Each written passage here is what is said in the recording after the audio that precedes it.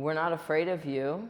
That was the message Angelo Meyer, a 26-year-old transgender man and PhD student in New York, had for incoming U.S. President Donald Trump.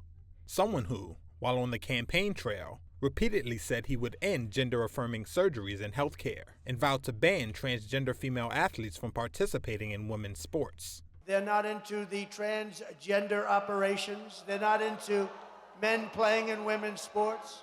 When Meyer found out that Trump had won the U.S. presidential election in November, he headed to the Lesbian, Gay, Bisexual, and Transgender Community Center in downtown Manhattan for support. Without the care I have now,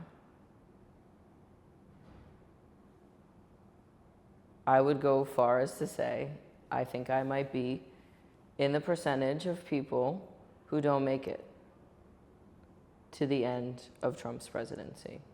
Currently, the future of gender-affirming care for minors is in the hands of the U.S. Supreme Court in a case where the Biden administration is challenging Tennessee's Republican-backed ban on gender-affirming medical care for people under the age of 18. The court's 6-3 conservative majority appears ready to uphold it.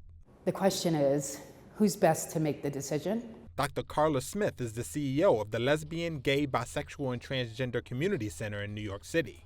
It's the individual that's best to make the decision about their access and their doctor or whomever they're trying to access support from.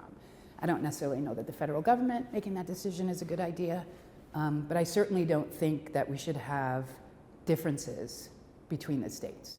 While Trump repeatedly pledged to roll back rights for transgender Americans during his campaign, it's still unclear what policies he might impose. Camilla Ruida is a 29-year-old transgender woman who became an information and referral specialist at the center. We all have power, and we all need to continue to support one another. We need to continue to build community with one another, to love and support one another. Groups such as the American Civil Liberties Union, Transgender Law Center, and others are preparing to fight Trump's anti-trans policies in the courts. According to the Williams Institute at UCLA, there are approximately 1.6 million people in the United States who identify as transgender.